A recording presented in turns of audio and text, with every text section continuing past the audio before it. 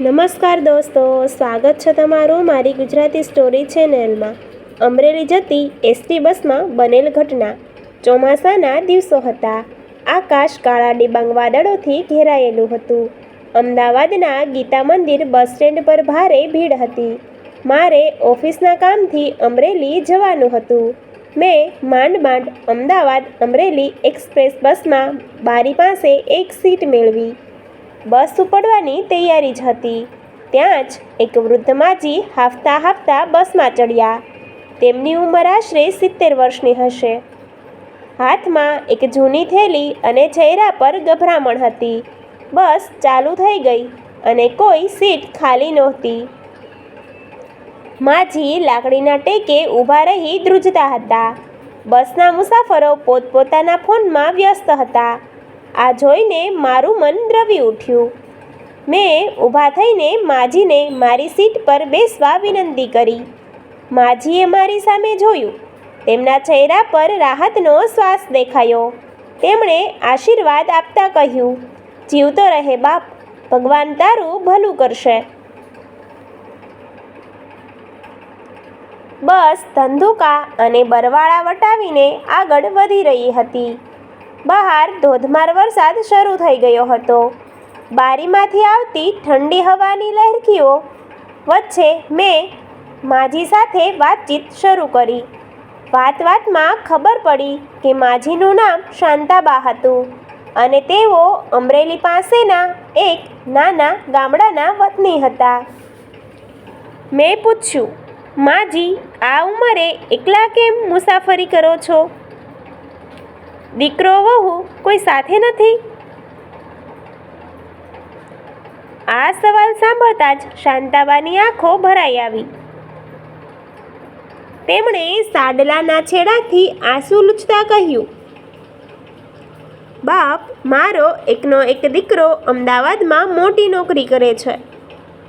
હું 5 મહિનાથી તેની પાસે રહેવા ગઈ હતી." પણ માજી આગળ બોલી શક્યા નહીં। થોડીવાર શાંત રહ્યા પછી તેમણે હૈયું ઠાલવ્યું, "વહુને મારું ગામડું અને મારી રીતભાત ગમતી નથી। દીકરો પણ વહુના પક્ષમાં જ બોલે છે। ઘરમાં મને એક રૂમમાં પૂરી રાખતા હોય એવું લાગતું હતું। મારી દવાઓનો ખર્ચ પણ તેમણે ભારે પડતો હતો। ગઈકાલે વહુએ કહી દીધું કે તમારો સામાન પેક કરી લો, તમને અમરેલીની બસમાં બેસાડી આવીએ। દીકરો મને બસ સ્ટેન્ડ મૂકીને જતો રહ્યો। હવે ગામડે જઈને એકલી રહીશ, મજૂરી કરીશ, પણ ત્યાં પાછી નહીં જાઉં." શાંતાબાની વાત સાંભળીને આખી બસમાં સન્નાટો છવાઈ ગયો। આજુબાજુના મુસાફરો પણ હવે પોતાનો ફોન મૂકીને માજીની વ્યથા સાંભળી રહ્યા હતા। બધાના મનમાં એ દીકરા પ્રત્યે આક્રોશ હતો। બસ ચાવંડ વટાવીને અમરેલીની નજીક પહોંચવા આવી હતી। વરસાદ ખૂબ જ વધી ગયો હતો। અચાનક એક જોરદાર ઝાટકા સાથે બસ બંધ પડી ગઈ। ડ્રાઈવરે નીચે ઉતરીને જોયું તો ખબર પડી કે એન્જિનમાં પાણી ભરાઈ ગયું હતું અને બસ રિપેર થવામાં કલાકો નીકળી જાય તેમ હતા। રાતના 8 વાગી ચૂક્યા હતા। આજુબાજુ માત્ર અંધારું ખેતર હતું અને વરસાદ રોકાવાનું નામ નહોતો લેતો। બસમાં બેઠેલા નાના બાળકો ભૂખથી રડવા લાગ્યા। મુસાફરો પાસે ખાવાનું નહોતું। બધા ચિંતિત હતા કે આખી રાત આ જંગલ જેવા રસ્તે કેમ નીકળશે। આ કપરી પરિસ્થિતિમાં શાંતાબા ઊભા થયા। તેમણે પોતાની જૂની થેલી ખોલી। એ થેલીમાં અમદાવાદથી વહુએ રસ્તામાં ખાવા માટે આપેલા અડદિયા, સુખડી અને થેપલાનો મોટો ડબ્બો હતો, જે માજીએ દુઃખના માર્યા આખો રસ્તો અડક્યા પણ નહોતા। માજીએ હસતા મુખે કહ્યું, "અરે છોકરાઓ, રડશો નહીં। આ તમારી ડોશી પાસે બહુ બધું ખાવાનું છે। શાંતાબાએ બસના તમામ નાના બાળકોને પ્રેમથી થેપલા અને સુખડી ખવડાવ્યા. એટલું જ નહીં, બસમાં જે પણ ભૂખ્યા મુસાફરો હતો તે બધાને તેમણે પોતાની થેલીમાંથી વહેંચી દીધું.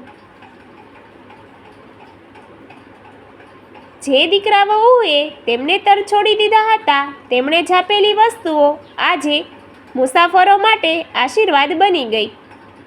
બસના વાહક એટલે કે કંડક્ટર પાસે પણ ખાવાનું નહોતું. માજીએ તેમને પણ આગ્રહ કરીને જમાડ્યા. માજીની આ ઉદારતા અને મમતા જોઈને બસના દરેક મુસાફરની આંખો ભીની થઈ ગઈ. જે માજી થોડીવાર પહેલાં લાચાર દેખાતા હતા તે અત્યારે આખી બસના બા બની ગયા હતા. રાત્રે 11 વાગ્યે એસટી નિગમની બીજી બસ ત્યાં આવી પહોંચી.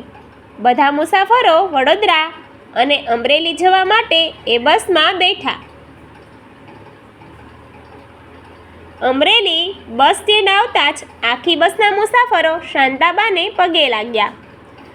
બસમાં મુસાફરી કરી રહેલા અમરેલીના જ એક સરકારી અધિકારી એવા ભદ્રેશભાઈએ માજીનો હાથ પકડ્યો અને કહ્યું, બા, તમારો દીકરો ભલે નકામો નીકળ્યો, પણ આજથી તમે એકલા નથી.